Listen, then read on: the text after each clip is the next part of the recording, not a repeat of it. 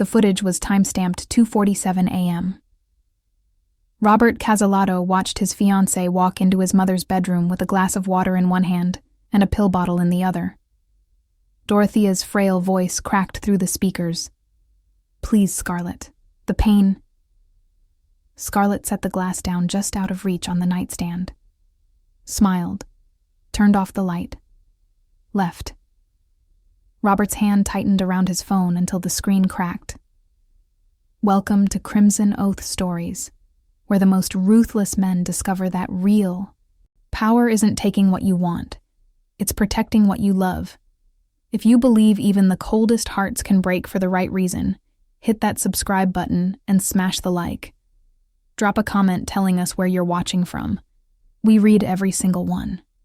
Now let's see how one hidden camera exposed the woman Robert almost married and revealed the one he should have seen all along. 3 months earlier, the diagnosis came like a bullet Robert couldn't dodge. Stage 4, pancreatic cancer. 6 months, maybe 8 if they were lucky. Dr. Morrison's voice had been clinical, detached, the way people talk when they've delivered the same death sentence 100 times. Robert had stood in that sterile hospital hallway, white walls, fluorescent lights buzzing like trapped flies, and felt something inside him crack. Not his composure. Never that. He was Robert Casalato, underboss of the Vitelli crime family, the man who'd built half of New York's underground economy with blood and strategy. He didn't crack, but the fissure was there, spreading.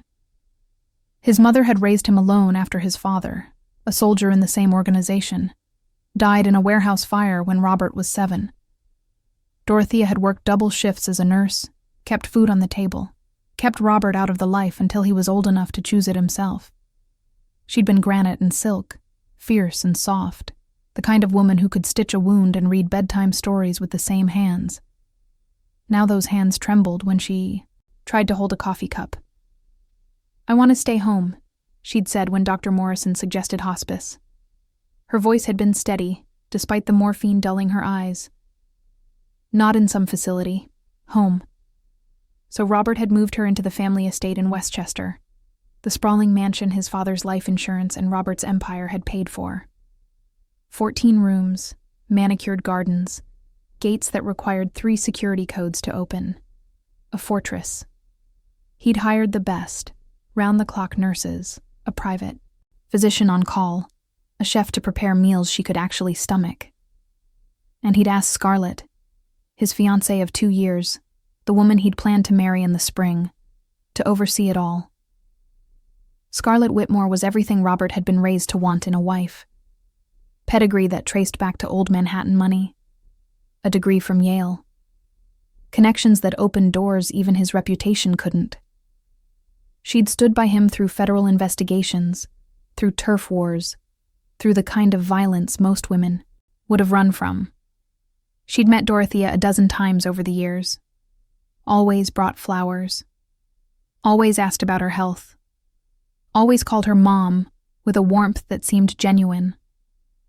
So when Robert had to fly to Chicago for 2 weeks to handle a supply chain dispute that required his physical presence, he'd kissed Scarlett goodbye at the airport and said, "Take care of her for me." Scarlett had smiled. Of course, she's family. But something had felt wrong. Robert couldn't name it. Just an itch at the base of his skull. The same instinct that had kept him alive through 15 years in a business where most men died before 30. He'd learned to trust that instinct the way other men trusted God. So before he left for Chicago, he'd called Marcus, his head of security, a former Marine with a talent for surveillance that bordered on artistic. "I want cameras," Robert had said. "Every room in the estate except the bathrooms. Dorothea's bedroom, the kitchen, the hallways, the sitting room. Live feed to my phone, motion-activated recording." Marcus hadn't asked why. He'd just nodded. "I'll have it done by tonight." Scarlett can't know. She won't. The cameras went live at 6 p.m. on a Sunday. Robert was in a Chicago penthouse suite that smelled like leather and cigar smoke, watching the installation through Marcus's encrypted feed.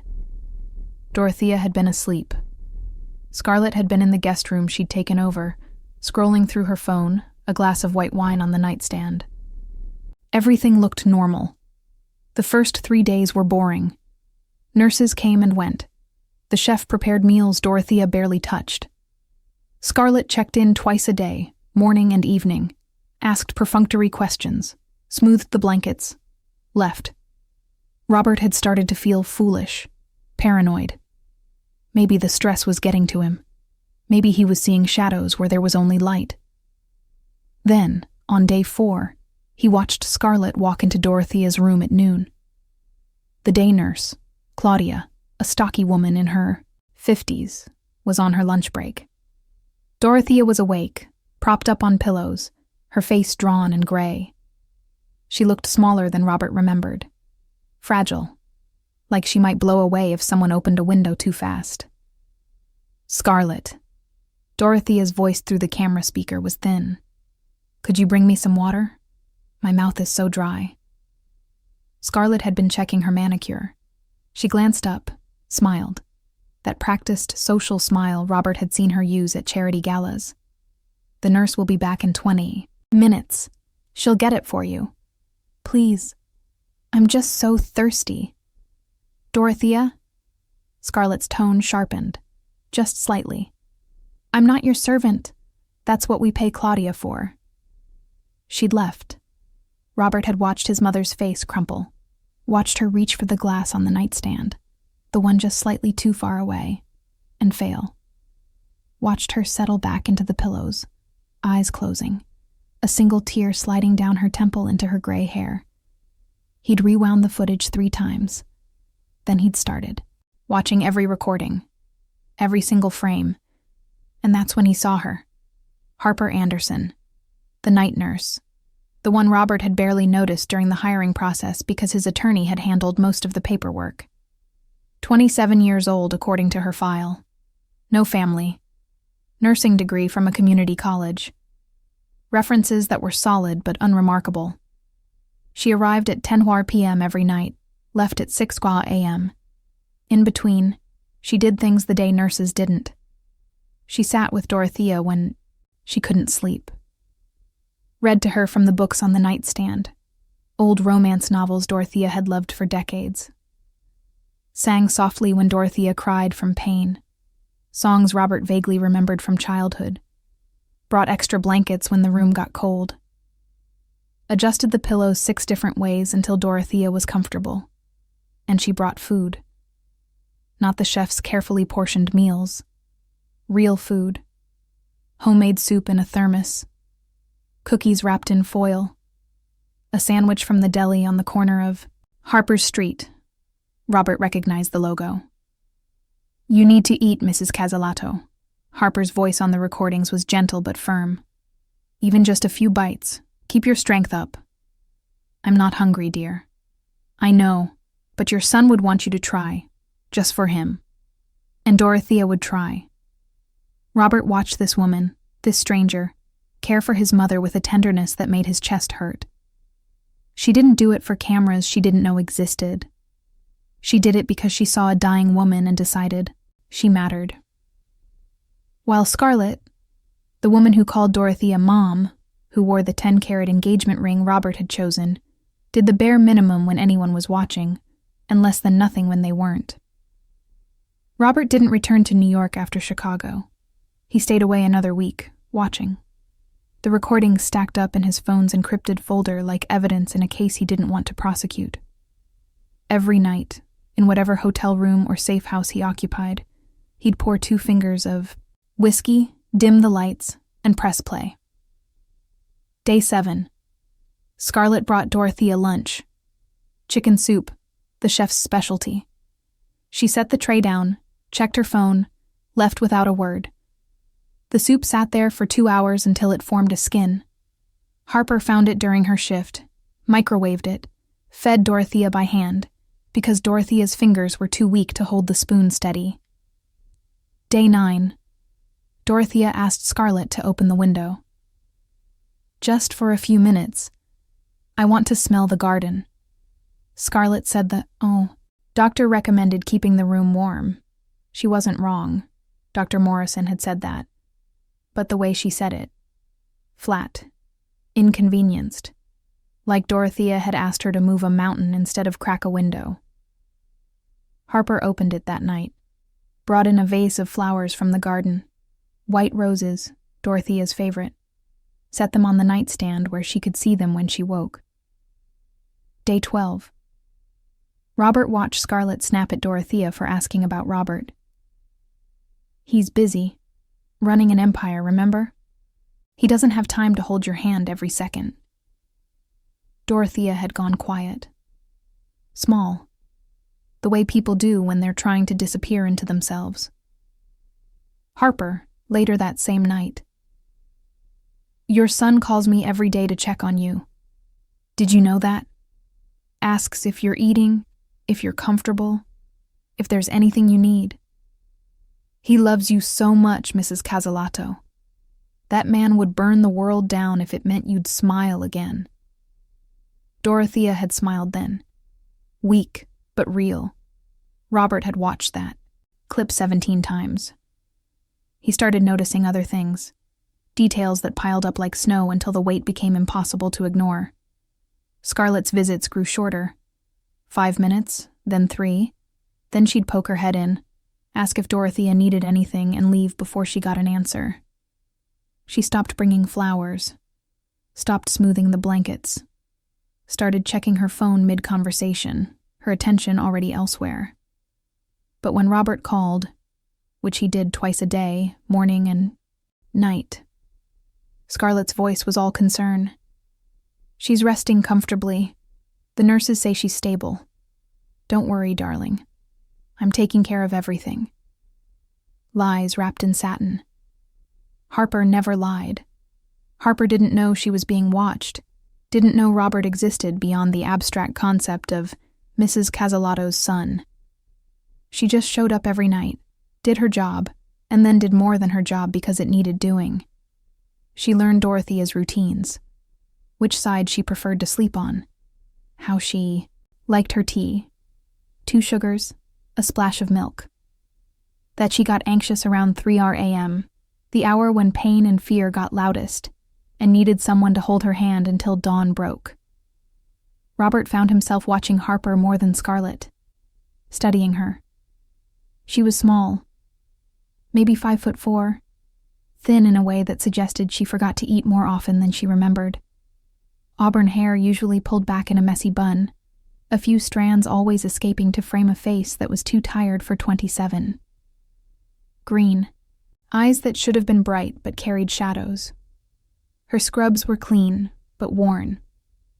The same 3 sets rotated through the week, blue, green, gray. All of them faded from too many washes. Sneakers with a hole near the left toe. No jewelry except a cheap watch that ran 2 minutes slow.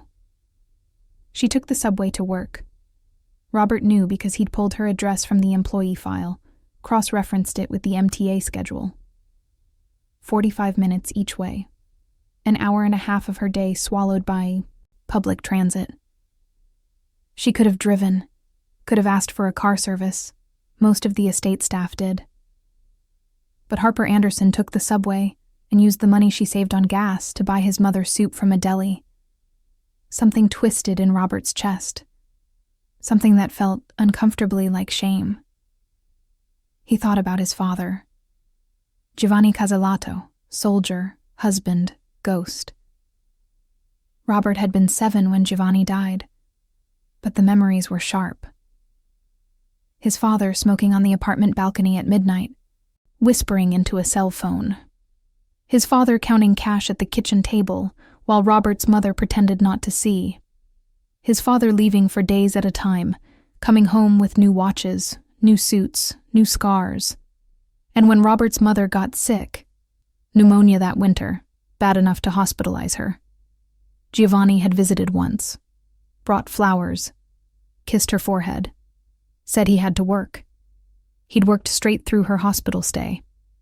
Came home after she was discharged, acted like nothing had happened. Robert's mother never said a word, just smiled when Giovanni walked through the door, made his favorite dinner, pretended her husband hadn't abandoned her when she'd needed him most. Robert had sworn, even at 7 years old, that he'd never be that man. But here he was. Letting someone else care for his mother while he built empires and closed deals and pretended distance was the same as duty. Harper Anderson, a woman who owed him nothing, who barely knew Dorothea beyond her patient file, was doing what Robert should have been doing himself, being there. On day 14, Robert flew back to New York. He didn't tell Scarlett, didn't tell anyone except Marcus, who picked him up from Teterboro in an unmarked sedan and drove him to Westchester in silence. It was 11 p.m. when they arrived. The estate was dark except for the upstairs lights, Dorothea's room glowing like a lighthouse. Robert used the side entrance, moved through the halls like a shadow, muscle memory guiding him past the kitchen, the study, the sitting room where his mother used to read by the fireplace. He stopped outside her bedroom door, singing, soft and clear, a melody he recognized from childhood. Amazing Grace.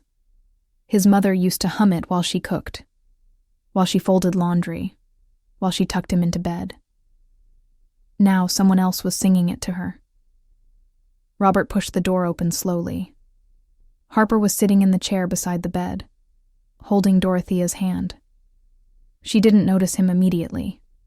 Her eyes were closed, her voice steady, filling the room with something that felt like peace. Dorothea was asleep. Her breathing was shallow but even, her face relaxed in a way Robert hadn't seen in the recordings. Harper had braided her hair, brought a lavender candle that burned on the dresser, the scent covering the antiseptic smell of sickness. The song ended. Harper opened her eyes and saw him. She jerked upright, hand flying to her chest. "Oh my God. I'm sorry. I didn't hear you come in. Are you—" She stopped, looked at him, really looked, and understanding dawned. "Mr. Cazalato?" Robert nodded. "I'm Harper, the night nurse. I was just— Your mother has trouble sleeping, and music helps sometimes, so I—" She was stammering, nervous, probably thought she was about to be fired for overstepping. "Keep singing," Robert said. His voice came out rougher than he intended. Harper blinked. "Sir?" "She's sleeping. That's the first time I've seen her sleep without medication in a month." He stepped into Dagger. The room kept his distance, didn't want to spook her. "Please, keep doing whatever you're doing." Harper sat back down slowly. Her eyes stayed on him, wary, but after a moment she started humming again, softer this time. Her thumb traced circles on the back of Dorothea's hand. Robert watched from the doorway. This was the woman who'd been keeping his mother alive, not medically, the other nurses did that, but in the ways that mattered. The ways that meant Dorothea woke up every morning and chose Zane to keep fighting. And Scarlett, his fiancée, the woman he'd chosen, the woman he'd trusted. She was downstairs in the guest room, probably asleep, probably dreaming of wedding venues and honeymoon destinations, completely unaware that Robert had just seen everything. Every cruelty, every neglect, every moment she thought no one was watching. Robert pulled out his phone, scrolled to a clip from 2 days ago. Watched Scarlett refuse to get Dorothea's medication from the bathroom, 15 feet away, because she'd just gotten her nails done and didn't want to risk chipping them. Watched Harper, 4 hours later, reorganize the entire medication schedule to make it easier for Dorothea to manage. He looked up. Harper was watching him now, still humming, her expression unreadable. "Thank you," Robert said. Harper's humming stopped. "For what?" "For being here. For taking care of her." She smiled. It was small, tired but genuine. "That's my job, Mr. Cazalato." "No," Robert said. "Your job is keeping her alive. What you're doing, that's something else. Robert stayed at the estate. He didn't tell Scarlett he was back.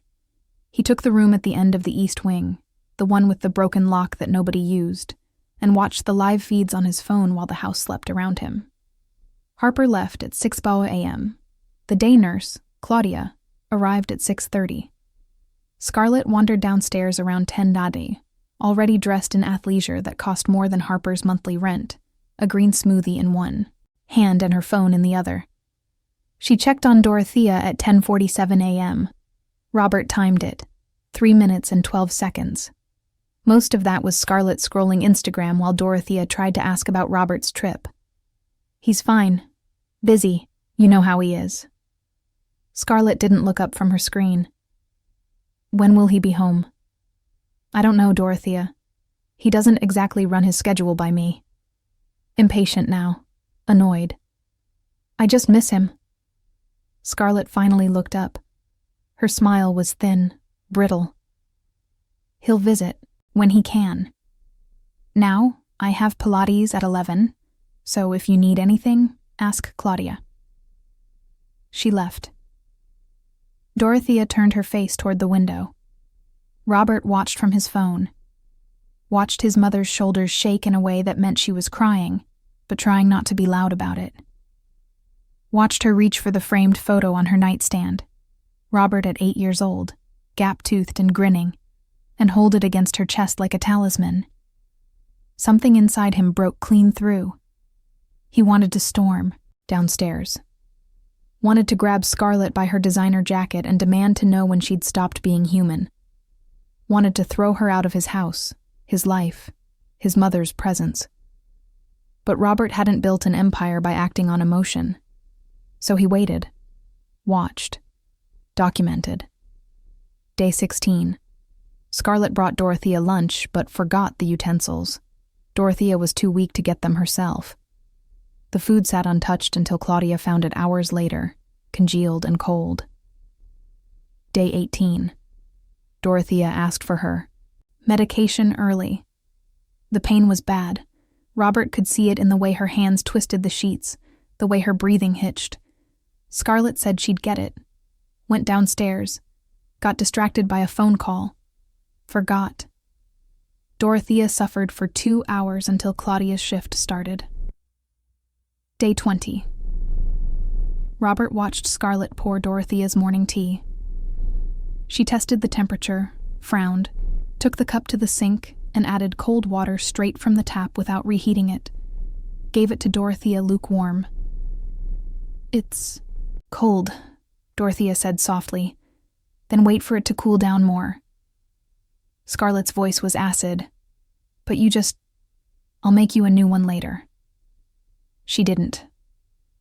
That night, Harper brought a thermos from home. Fresh tea, perfectly warm, with honey because Dorothea's throat was raw from coughing. She'd also brought a heating pad for Dorothea's back and a CD player with recordings of old jazz, Dorothea's favorite, according to something she'd mentioned in passing weeks ago. Harper remembered. Scarlett didn't bother. Robert started keeping a list. Things Scarlett forgot: medication, 4 times, fresh water, daily, to adjust the thermostat when Dorothea said she was cold, twice, to close the curtains when afternoon sun made it hard for Dorothea to sleep, constantly, to tell Dr. Morrison about Dorothea's new symptoms, once, critically, to charge Dorothea's phone so she could call Robert herself, every single day. Things Harper did without being asked. Brought extra blankets, lotion for Dorothea's dry skin, magazines Dorothea actually wanted to read, a diffuser with eucalyptus oil to help with breathing, socks because Dorothea's feet were always cold, a notebook so Dorothea could write down thoughts she wanted to share with Robert when he called. The notebook killed him. Robert found it during one of his unauthorized visits to Dorothea's room. He'd started coming during Harper's shifts, standing in the hallway just outside the door where he could hear but not be seen. The notebook was on the nightstand, plain black cover, pages filled with Dorothea's shaky handwriting. Tell Robert I'm proud of him. Tell Robert the garden needs weeding. Tell Robert I love him. Tell Robert I'm not scared anymore. Tell Robert Harper sings like an angel. Every entry started with tell Robert. Every entry she'd tried to tell him herself. But Scarlett had cut her off, said he was busy, said she'd pass it along. She never did. Robert took a photo of every page. Then he put the notebook back exactly where he'd found it. On day 22, he sat down with Marcus in the study, spread the laptop between them, pulled up 2 weeks of footage and said, "Tell me what you see." Marcus watched in silence. His jaw got tighter with each clip. When the compilation ended, 20 minutes of Scarlett's greatest hits, he looked at Robert with something that might have been pity. "You want me to make her disappear?" "No." Robert's voice was flat. "I want to know why." Marcus ran a background check. That night. Deep. The kind that uncovered trust funds and offshore accounts and credit card statements that painted a picture Robert should have seen coming. Scarlett Whitmore was drowning in debt. 50,000 in credit cards, maxed. Another 100,000 in personal loans from private lenders, the kind who broke kneecaps when you were late. She'd been hiding it behind her family name, behind the illusion of old money that hadn't existed in 2 generations. She needed Robert's money. Not wanted, needed. And Dorothea's death would unlock it. The prenup Robert's lawyer had insisted on meant Scarlett couldn't touch his assets until after the wedding, except for the clause that gave her access to family medical expenses in the event of Dorothea's illness. Robert had signed it thinking he was being generous, protective. Scarlett had seen a loophole. "She's been paying her debts with your mother's care budget," Marcus said, sliding another document across the desk. 10,000 a month. Authorized for medical supplies, private care, medications. She's been pocketing half. Robert stared at the numbers. The shortfalls. The places where Scarlett had substituted generic medications for the ones Dr. Morrison prescribed had reduced Harper's hours on paper while Harper worked them anyway, had cut corners everywhere she could. Nickels and dimes skimmed from a dying woman's comfort. "And she thinks if Dorothea dies before the wedding," Marcus continued, "she gets the life insurance. Payout as next of kin once you're married. 2 million, plus whatever she can grab during the estate settlement." Robert didn't move, didn't blink, just felt something cold and final settle in his chest. "Where is she now?" "Guest room. On the phone with someone named Trevor. He's her loan officer at—" "I don't care." Robert stood. "Keep watching. Every camera. Every hour. If she so much as looks at my mother wrong, I want to know." "And Harper? Harper?" Robert frowned. "You've been watching. Her more than Scarlett. I pulled her file too." Marcus handed over another folder. "She's clean. No debts, no record, no skeletons. She lives alone in a 1-bedroom in Queens, works 2 jobs, here and a clinic in Brooklyn, to pay rent and send money to a foster care charity." Robert opened the folder, scanned the contents, saw a life built on necessity and compassion in equal measure. "Why's she working here if she's sending money away?" "The foster care charity is where she grew up. Aged out at 18. No family. Puts half her paycheck into a fund for other kids in the system so they can afford college." Robert looked at Harper's employee photo. Those tired green eyes, that practiced smile that didn't quite reach them. She wasn't here for the money. She was here because she needed the money to give it away. While Scarlett hoarded and stole, Harper gave and gave until there was nothing left. "Boss?" Marcus's voice pulled him back. "Yeah. What are you going to do?" Robert closed the folder. Looked at the monitor where Scarlett was laughing into her phone, painting her nails, living a life completely disconnected from the woman dying 2 floors above her. "I'm going to give her exactly what she deserves." The breaking point came on day 25. Robert was in the East Wing office reviewing shipping manifests when his phone buzzed. Motion alert from Dorothea's room, 2:33 a.m. He pulled up the feed. Scarlett was there. She never visited at night. That was Harper's shift, and Scarlett treated Harper's hours like sacred territory she had no interest in crossing. But Harper had called in sick. Robert had gotten the notification at 10 p.m., a message from the nursing agency about finding emergency coverage, and the replacement nurse hadn't arrived yet. Scarlett stood at the foot of Dorothea's bed. She was wearing silk pajamas that cost $1,000 and holding Dorothea's pill organizer. "Scarlett?" Dorothea's voice was groggy, confused. "What are you doing?" "Just checking your medications." Scarlett's tone was light, pleasant, the way you'd talk to a child. "It's the middle of the night." "I know. Go back to sleep." But Scarlett didn't leave. She opened the organizer, the one Harper meticulously filled every Sunday, and dumped 2 pills into her palm. Studied them. Put them back. Took out 2 different ones.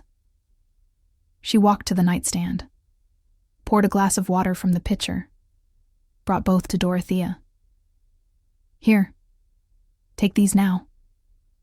"I already took my night medication." "These are different. Dr. Morrison called. Said you need to start these tonight." Scarlett's smile didn't waver. Dorothea hesitated. Her hand trembled as she reached for the pills. "What are they?" "Does it matter? You're not a doctor, Dorothea." Sharper now. Impatient. Robert was already moving. He took the stairs 3 at a time, phone in one hand, the other already reaching for the gun he kept in his shoulder holster. His footsteps were silent on the Persian runner. Years of practice making him a ghost in his own house. He hit Dorothea's door at a dead run and threw it open. Scarlett jumped. The pill bottle in her other hand, the one she'd been hiding behind her back, hit the floor and rolled under the bed. Her expression cycled through shock, fear, and then settled on something that tried to be innocent. "Robert, you scared me. When did you get home?" Robert crossed the room in 4 strides, took the pills from Dorothea's palm before she could swallow them. Looked at his mother, her confused face, her exhausted eyes, and forced his voice to stay calm. "Mom, go back to sleep. Everything's fine." But Scarlett said, "I'll handle it. Sleep." He waited until Dorothea settled back into the pillows, until her breathing evened out. Then he turned to Scarlett. "Get out." Scarlett blinked. "What?" "Out of this room, now." She laughed, nervous, uncertain. "Robert, I was just trying to help. She needed her medication and she already took her medication." Robert held up the pills. They were blue, oval. Definitely not anything Dr. Morrison had prescribed. "These are Ambien. She's already on morphine and oxycodone. You know what happens when you mix sedatives with opioids?" Scarlett's face went pale. "Respiratory depression, coma, death." Robert's voice was surgical, each word a scalpel. "So I'll ask you once, what were you doing?" "I made a mistake. I thought..." "You thought wrong." He stepped closer. Not threatening, just inevitable. "Get your things. You have 1 hour. Then I want you out of this house. You can't be serious. Marcus is downstairs. He'll escort you. Robert, please." Scarlett's voice cracked. The mask was slipping, showing something desperate underneath. "I made a mistake. I'm sorry. I just wanted to help her sleep. With pills that could have killed her. I didn't know. Yes, you did." Robert pulled out his phone, turned it toward her, pressed play. It was the footage from 2 days ago. Scarlett on the phone in her room, voice low, but clear. "I don't have the money yet, Trevor. I told you. After she dies. Yes, I'm sure. A few more weeks, maybe less. She's declining fast." Scarlett's face went from pale to gray. "I've seen everything, Scarlett. Every lie. Every cruelty. Every corner you cut from my mother's care so you could pay your debts. I've been watching for 3 weeks. He turned off the phone, put it back in his pocket. You're done. She didn't cry, didn't beg. Whatever humanity had been in her, whatever part Robert had fallen in love with, was gone.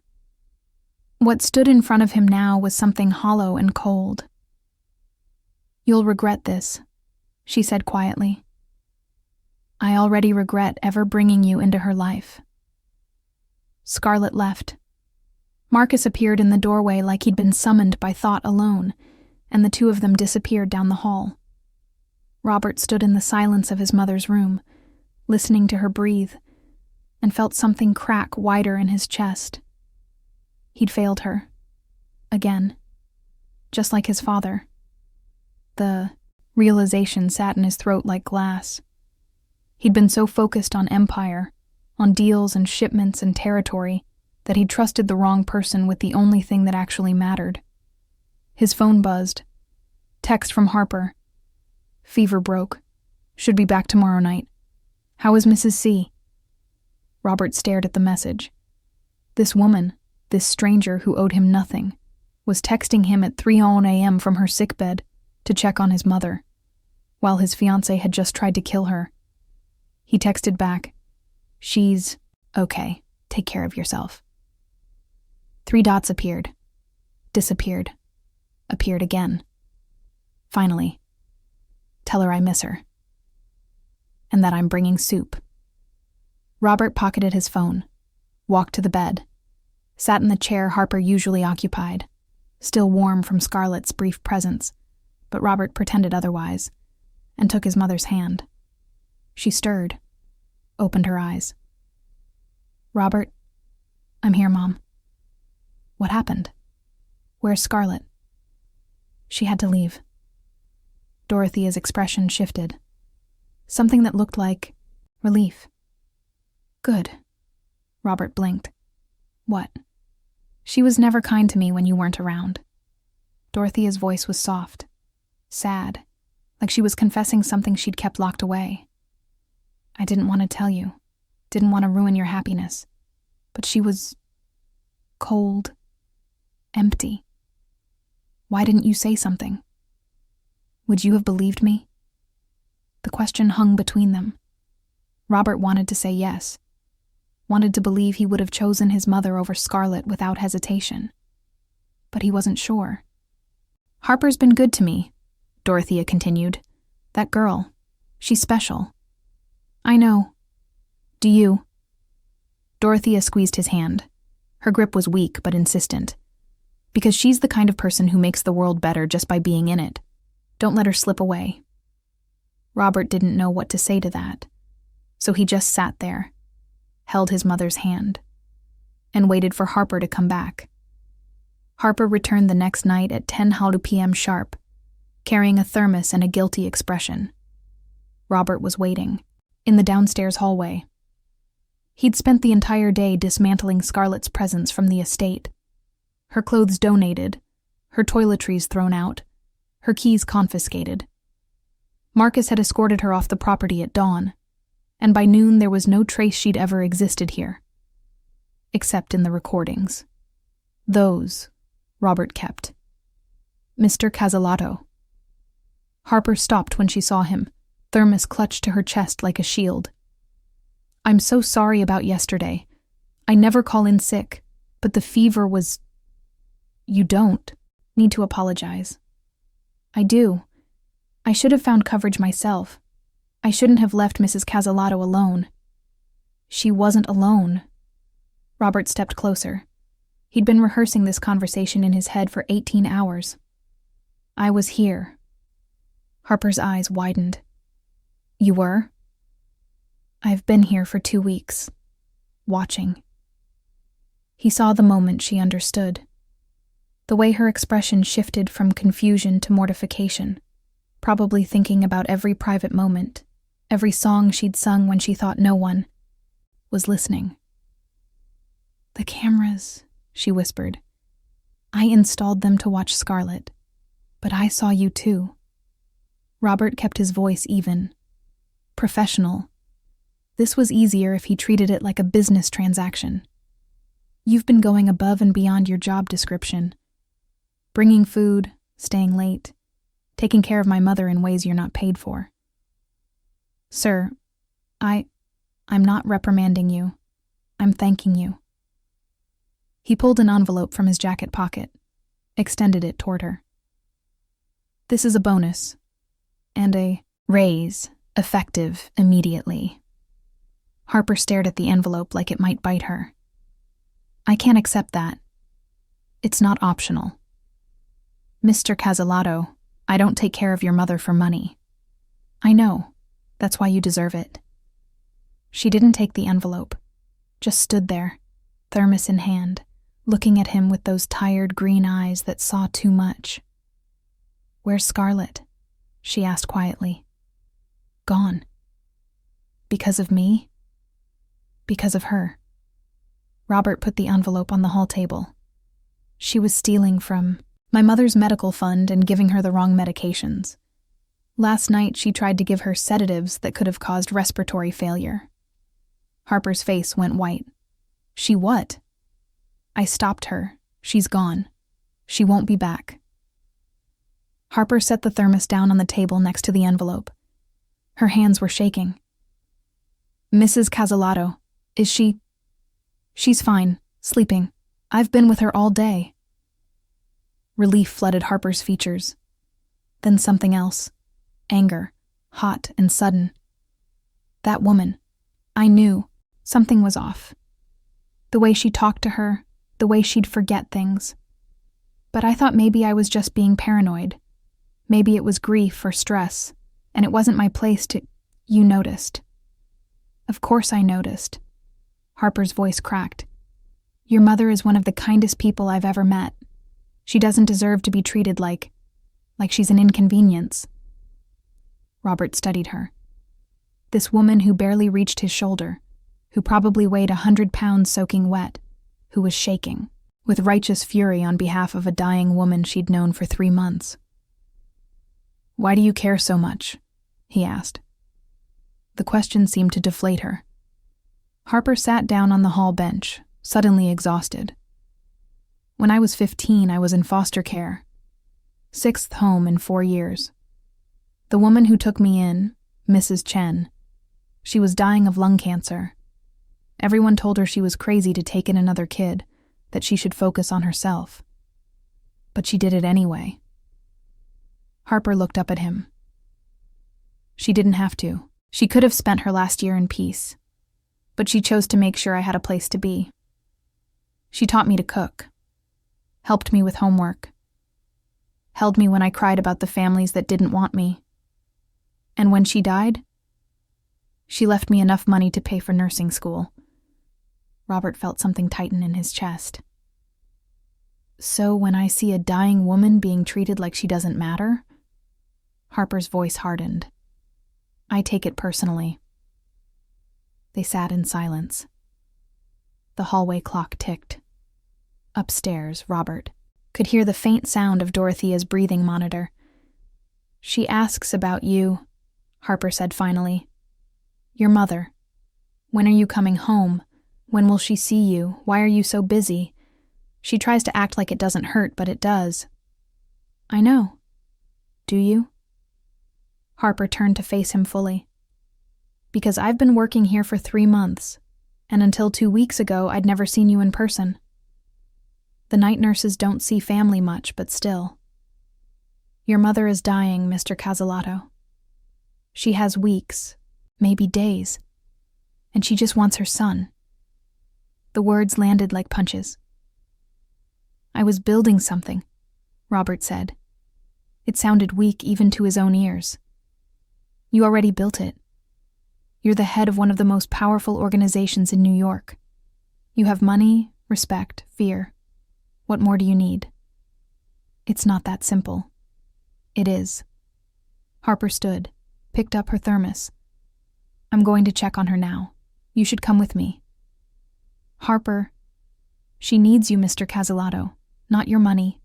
Not your, protection. You. Robert followed her upstairs. Dorothea was awake when they entered. Her face lit up when she saw Robert, really lit up, like she'd been given a gift she didn't expect. "You're still here," she breathed. "Where else would I be?" Robert pulled the chair close, took her hand. Harper busied herself checking vitals, adjusting pillows, creating space for them while still being present. She poured the soup from her thermos into a bowl, added a spoon, set it on the tray table. "Chicken, noodle," she told Dorothea. "My grandmother's recipe. Well, Mrs. Chen's grandmother, but she gave it to me, so now it's mine to share." Dorothea smiled. "You're an angel, Harper." "I'm really not." "You are." Dorothea looked at Robert. "Isn't she?" Robert watched Harper move around the room, efficient, gentle, completely at ease in the presence of death and suffering. Watched the way she anticipated Dorothea's needs before Dorothea could voice them. Watched the way she made his mother feel seen. "Yeah," he said, "she is." Harper's cheeks flushed. She busied herself with the medication organizer, checking labels twice, making sure everything was correct. Robert spent the next 3 hours in that room, fed his mother soup, read to her from the book on her nightstand, some romance novel about a Scottish laird and an English lady, listened to Harper hum while she worked. At 2 a.m., Dorothea fell asleep mid-sentence, the book still open on her lap. Harper gently removed it, marked the page, set it aside. "You should get some rest," she told Robert. "I'll stay with her. I want to stay." "Then stay." So he did.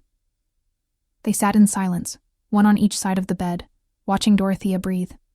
The rhythm was uneven, labored, each inhale a small victory. "She doesn't have much time, does she?" Robert asked. Harper hesitated, then shook her head. "A week, maybe 2.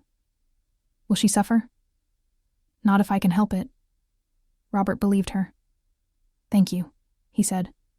"For everything. For being here when I wasn't. You're here now. Too late. It's never too late."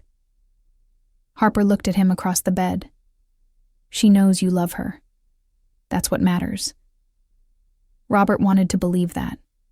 Wanted to believe his presence now could somehow make up for 2 weeks of absence, for years of putting empire before family, for becoming his father, despite every promise he'd made to himself. But Dorothea stirred, opened her eyes, saw him, smiled. And maybe Harper was right. Maybe it wasn't too late after all. Dorothea died on a Tuesday.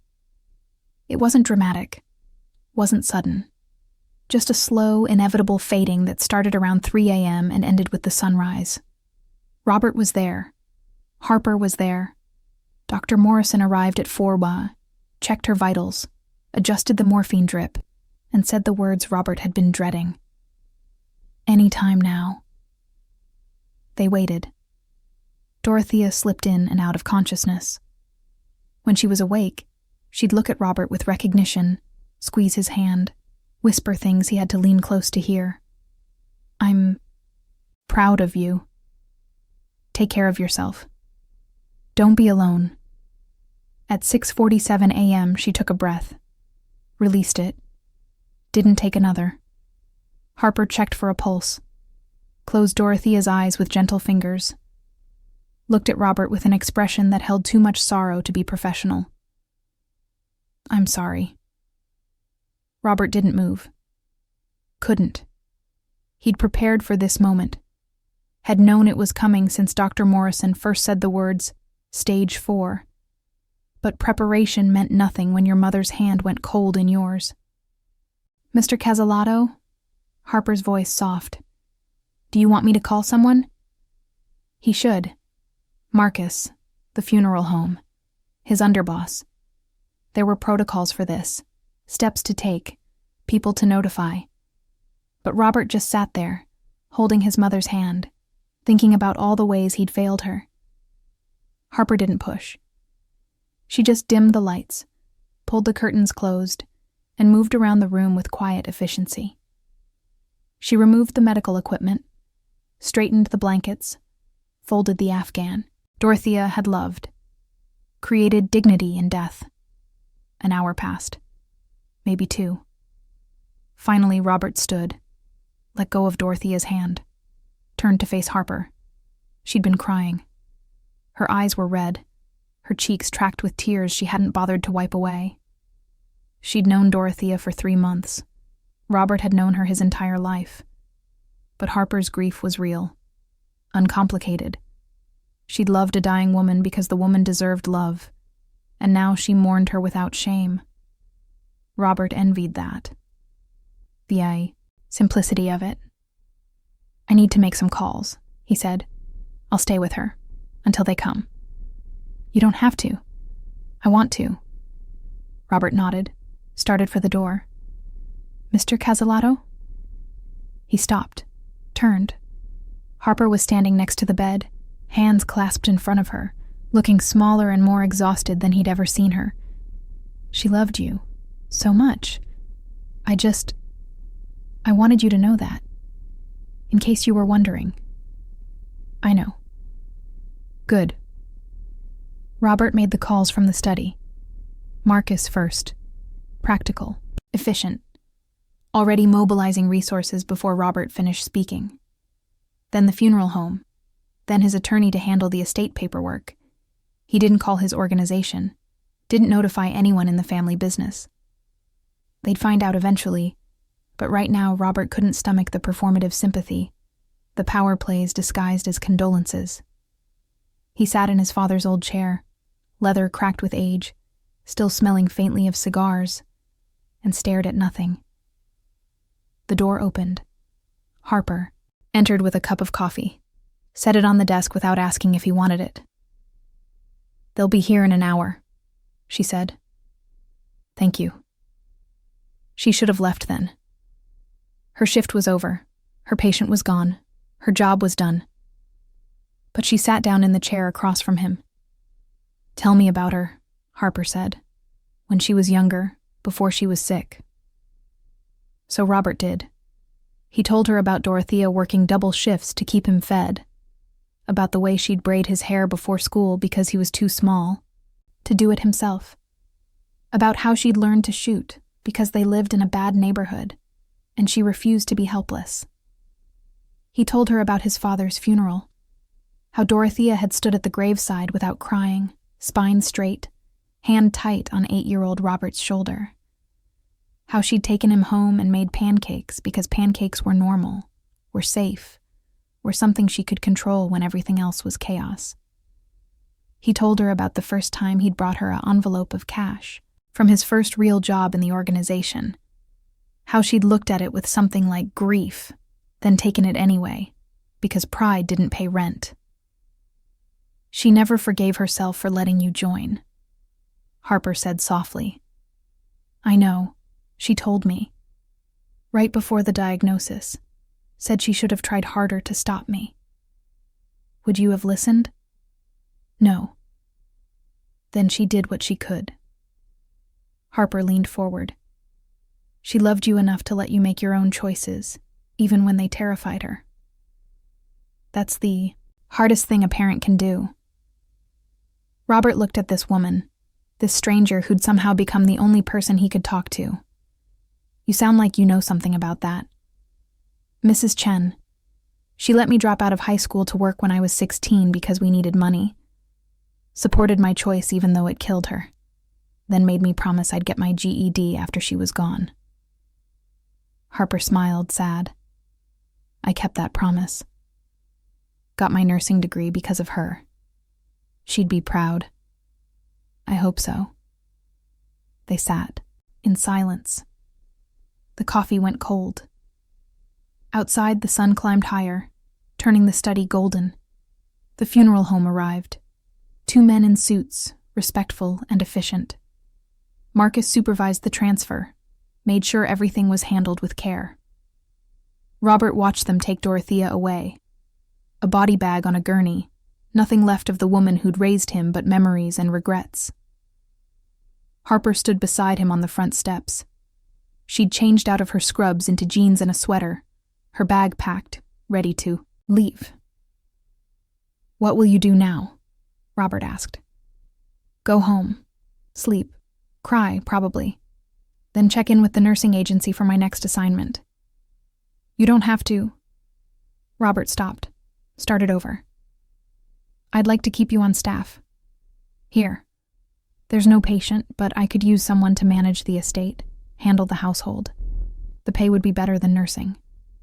Harper studied him. "That's a generous offer. You've earned it.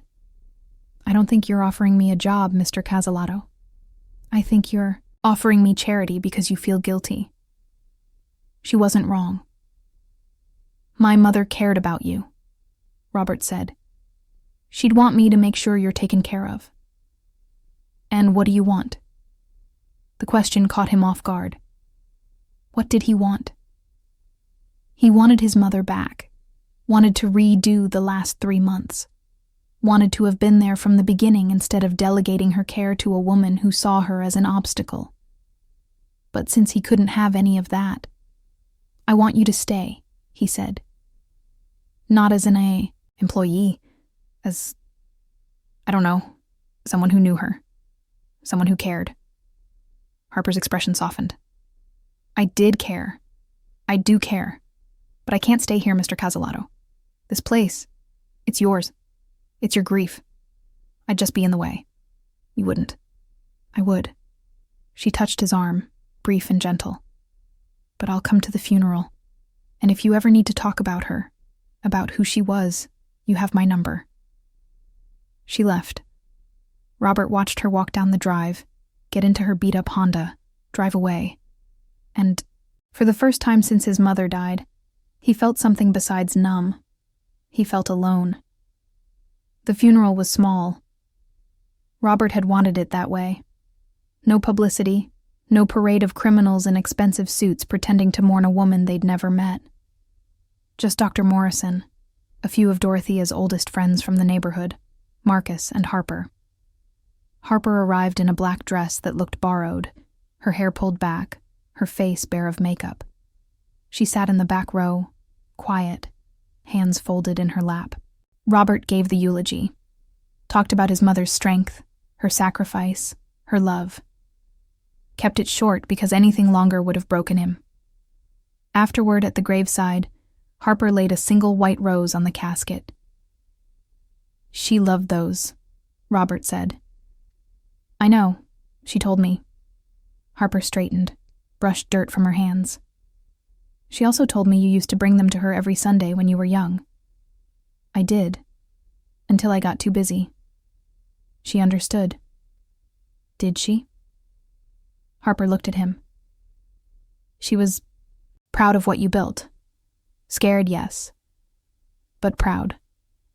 She just wished you'd remember to live a life outside of it." The words sat heavy between them. People dispersed. Dr. Morrison clasped Robert's shoulder in sympathy. Dorothea's friends cried, hugged him, left. Marcus waited by the car, giving Robert space. Harper started to leave too. "Wait," Robert called. She stopped, turned.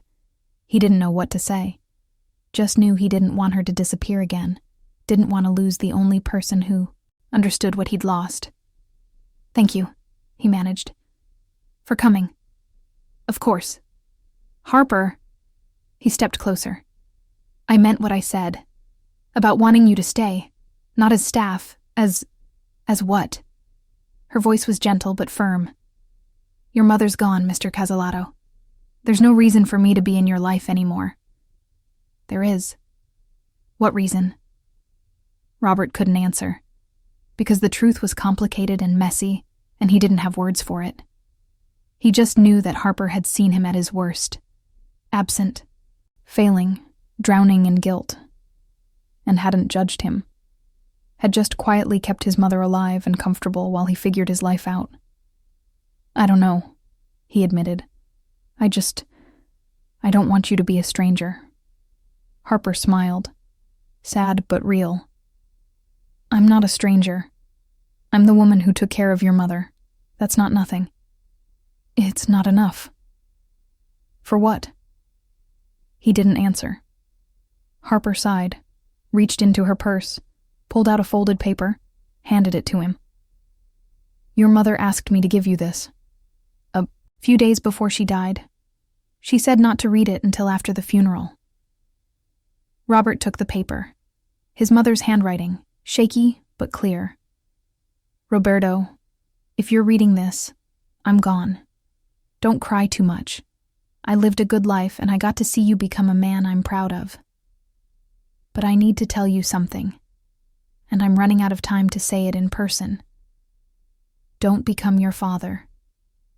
Giovanni loved me. I know he did. But he loved his work more. Loved the respect, the power, the empire. And I forgave him because I understood.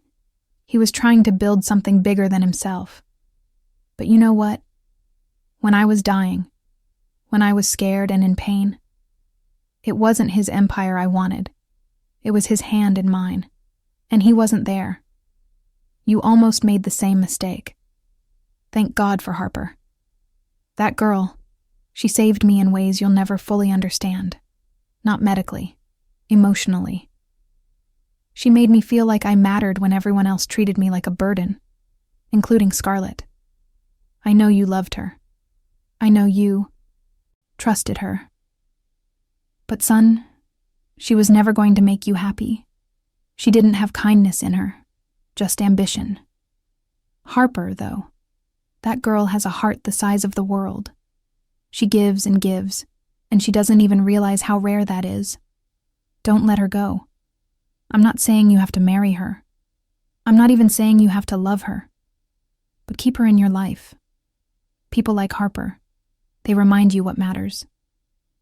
And you need that reminder, Roberto. More than you know. Build your empire. Be powerful. Be feared. But don't forget to be human, too. I love you. Always have. Always will. Mom Robert read it twice, 3 times. His mother's final words, asking him to do the one thing he'd already failed at, holding on to Harper Anderson. He looked up. Harper was halfway to her car. Harper, wait. She turned. Robert crossed the cemetery grass, letter still in his hand. My mother, she wrote this, before she died. Harper took the letter, read it. Her expression shifted. Surprise, then something soft, and pained. Oh. She was right, Robert said. About everything. About Scarlett, about me, about you. Mr. Casalotto. Robert, please, just Robert. Harper folded the letter carefully, handed it back. Your mother was a wonderful woman, and I'm honored she thought so highly of me. But I can't be your redemption project. That's not what this is. Isn't it? Harper met his eyes. You feel guilty. About not being there. About Scarlett. About failing her. And now you're trying to fix it. By what? Keeping me around as some kind of penance? No. I'm trying to keep you around because you're the only person who's been honest with me in years. Harper blinked.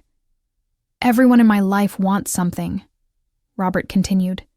Money, protection, power.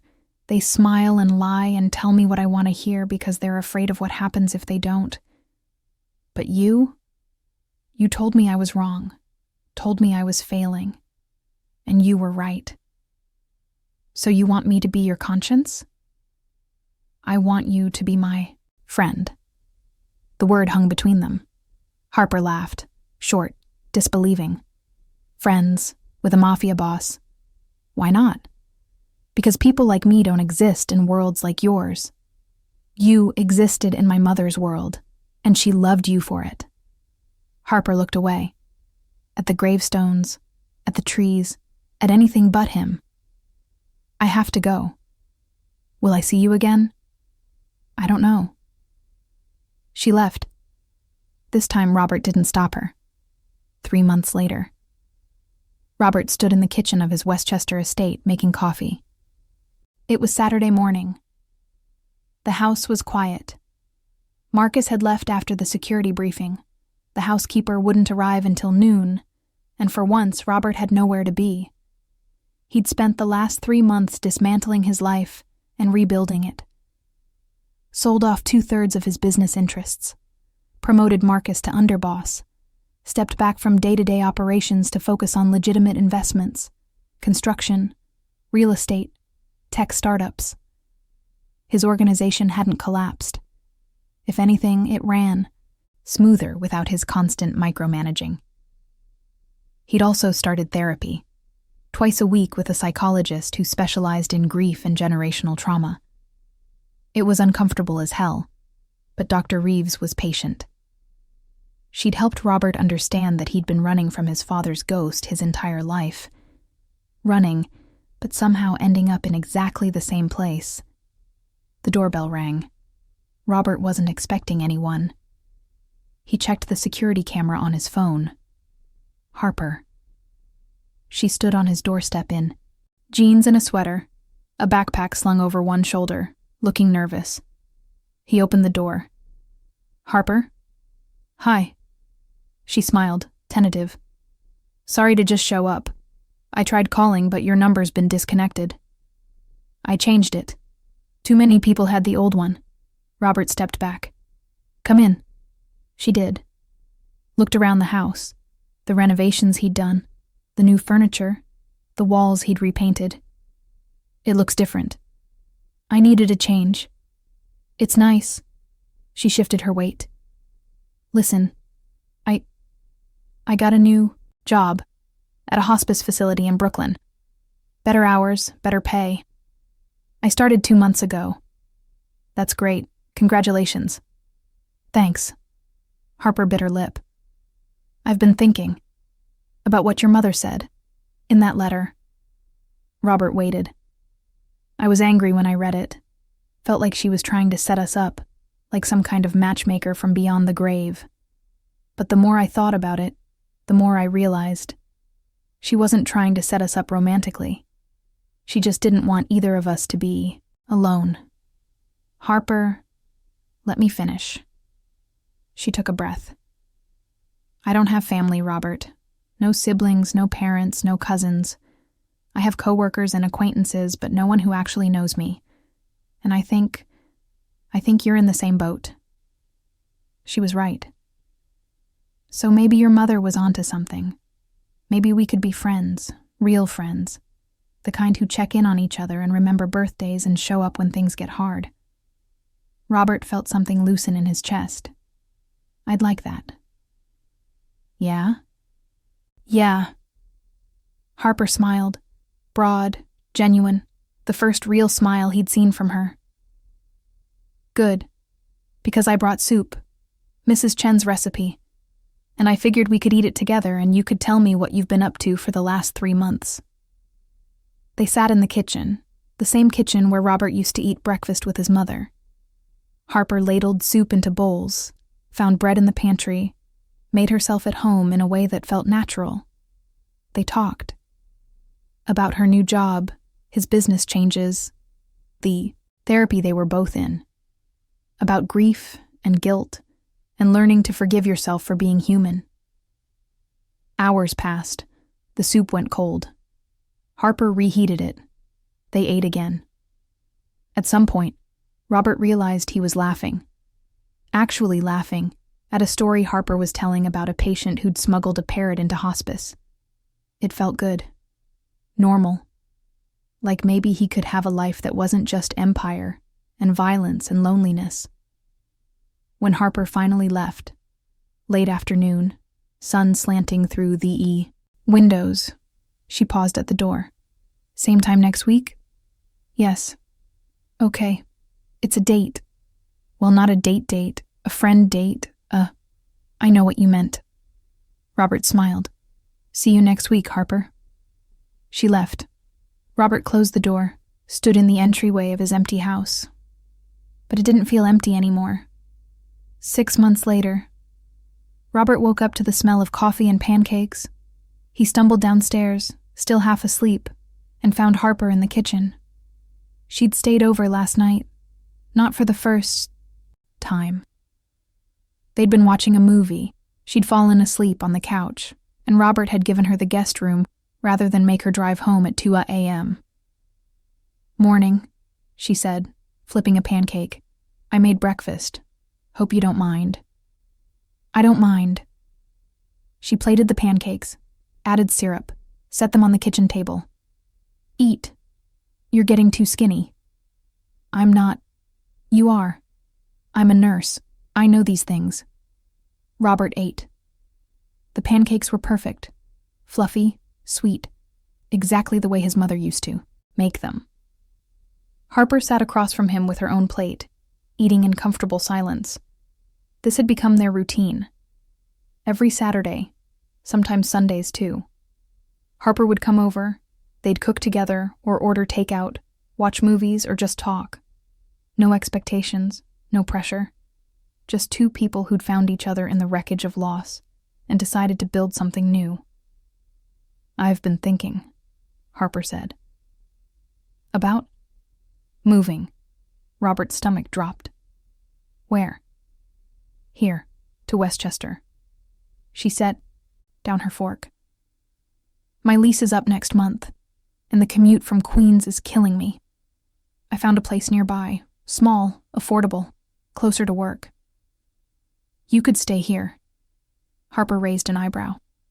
"Robert, I have 14 rooms. Most of them are empty. You could take the east wing. Full privacy, your own space, no rent." "I can't." "Why not?" "Because people would talk." "Let them." Robert leaned forward. "Harper, you're here every weekend anyway. You've become—" He stopped.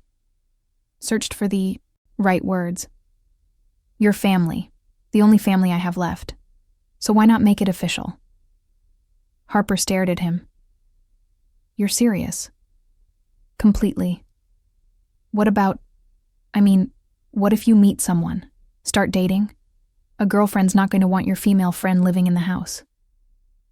"Then she's not the right person." Harper laughed, breathless, disbelieving. "You're insane."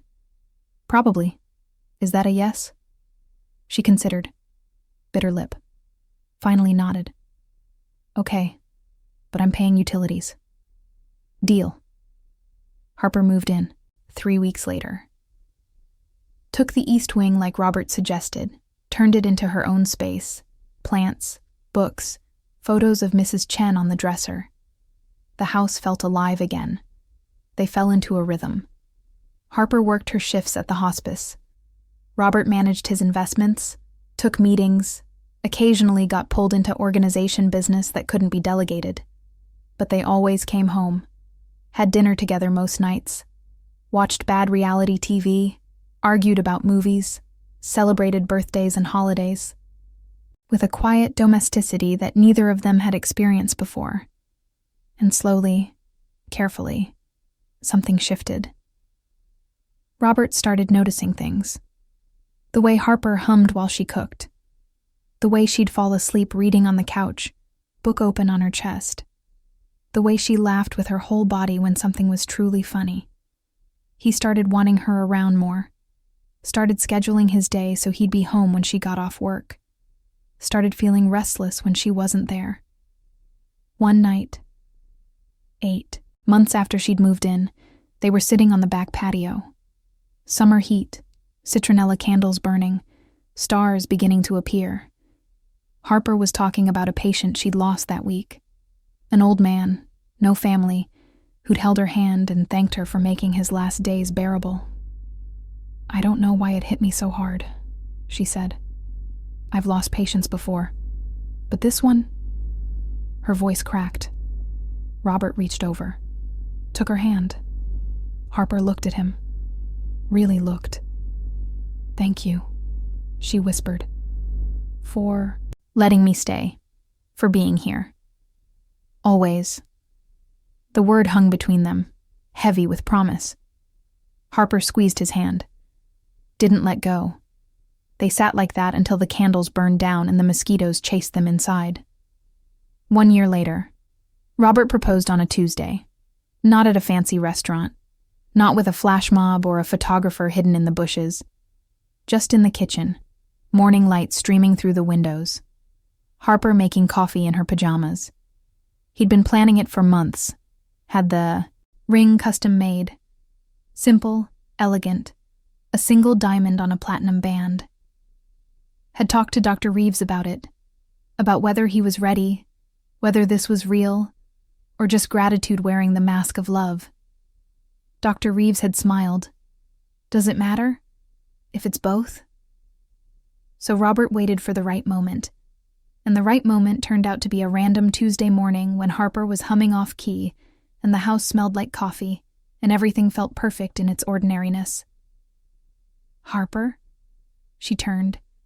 Yeah? Robert pulled the ring from his pocket. Didn't kneel. They'd never been traditional. Just held it out. I love you. I think I've loved you since the night I watched you sing to my mother. I just didn't have the words for it yet. He took a breath. Marry me. Not because my mother wanted it. Not because we're convenient. Because I want to spend the rest of my life coming home to you. Harper stared at the ring. At him. Her eyes filled with tears. That's not fair, she whispered. What's not? You can't just... I wasn't ready for... She laughed, watery. Yes. Obviously, yes. Robert slipped the ring on her finger. It fit perfectly. Harper kissed him. Soft at first, then deeper, like she was pouring a year of careful distance into this one moment. When they broke apart, she was crying. Happy tears this time. Your mother would have loved this, she said. I know. She'd probably say I told you so. Definitely. Harper laughed, kissed him again. I love you too. In case that wasn't clear. It was. Robert pulled her close. But say it again anyway. I love you. Again. I love you, Robert Casalato. He'd spent his whole life building an empire, accumulating power, money, respect. But this, Harper in his arms, coffee going cold on the counter, morning light painting them gold. This was the first thing he'd built that actually mattered. Sometimes the people who save us aren't the ones we expected. Sometimes they're the ones who show up quietly, without fanfare, and love. Us not for what we have, but for who we are beneath the armor. Robert's mother knew that. She'd seen it in Harper long before Robert could. And maybe that's what all of us are searching for. Not perfection, not wealth or power or status, just someone willing to stay, to see us at our worst and choose us anyway, to build a home out of the rubble of our mistakes and say, this is enough. Because in the end, redemption isn't about erasing the past. It's about choosing every single day to be better than you were yesterday. And Robert chose, every day, for the rest of his life. If this story touched something inside you, leave a comment with your thoughts. We read every single one. Hit like to support stories that matter, and subscribe to Crimson Oath Stories, because we post new emotional journeys every single day. Before you go, check out the next video, or explore our playlist for more tales of love, redemption, and second chances where dangerous men find their hearts in the most unexpected places. Thank you for being here. Until next time, stay safe, stay hopeful, and remember, everyone deserves a second chance. Even the broken, even the dangerous, even you. Good night.